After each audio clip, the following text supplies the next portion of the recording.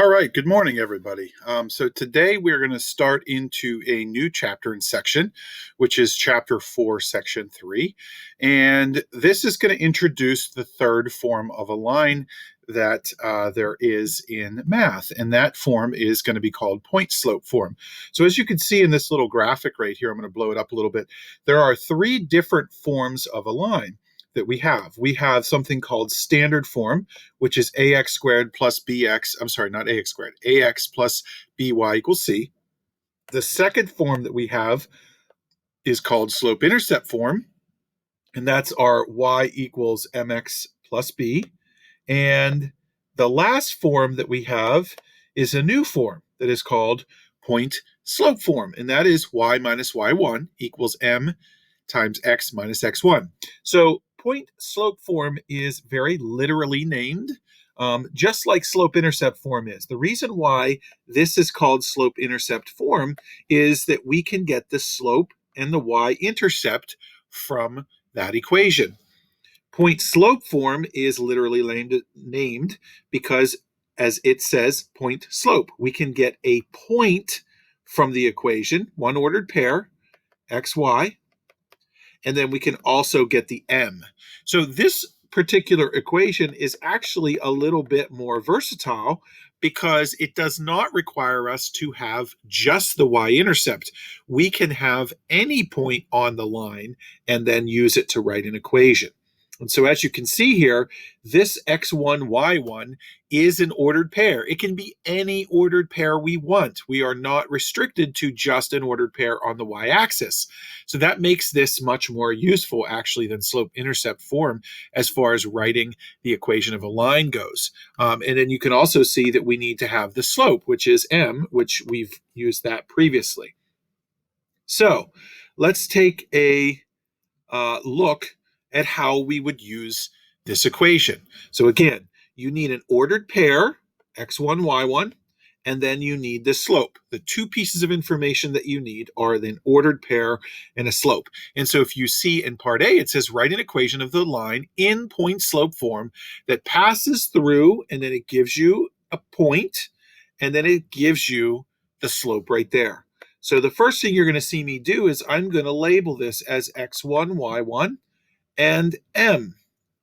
And I'm going to zoom in just a little bit so my writing is a little bit better because it is too small the way it is. Okay, so this is x1, this is y1, and that's m. So now all we need to do is to put those three numbers in to the form of the equation that you see right here.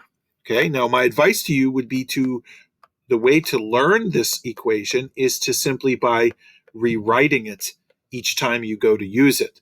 So you can see y minus, now my y1 right there is 2, and that equals m, and then, whoops, not an m. I don't want to put an m there. I actually want to put the number 2 in for m as well.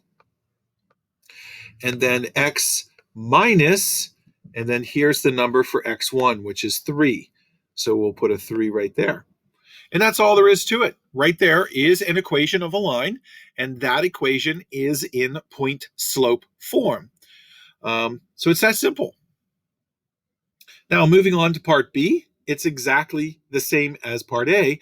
They want you to write an equation of the line in point slope form that passes through -1, 4, and then with a slope of -6. So again, -6 is our m.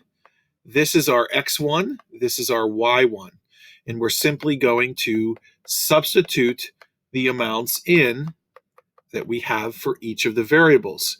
Now remember, we only substitute in for y1, m, and x1. You leave the x and the y alone. You don't put anything in for the regular x and y. And so we're going to have y minus 4 equals -6 x minus, now careful with this one, -1. You can see x1 is -1, but the formula also has a minus. So what we end up with right here is a double negative that will turn into a plus. So then to write the final answer, we get that. So again, pretty simple.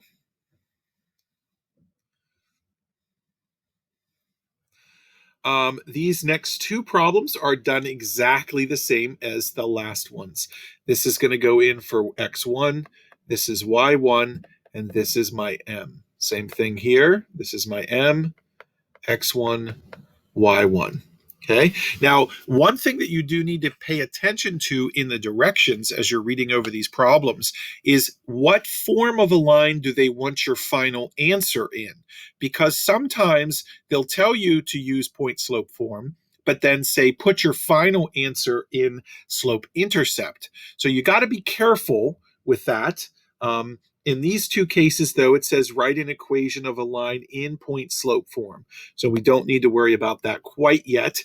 We're just going to substitute stuff in, as we can see right here. So it's going to be y minus and then -4, because y1 is -4, equals the m is 1/3, and then it's x minus, and then if you look at the x1, it is also a negative number. So you do have to be careful with this formula. Sometimes you will end up with a double negative, as you can see in both the x and the y, we had a double negative. So we need to clean that up. So it's y plus 4 equals 1/3 x plus 3. Okay. Now the last one of these is write the equation of the line in point slope form that passes through. So the same idea, y minus y1 equals m x minus x1. So I'm going to substitute in -7 for y1, 3/5 for m, and 5 for x1. This right here does become plus.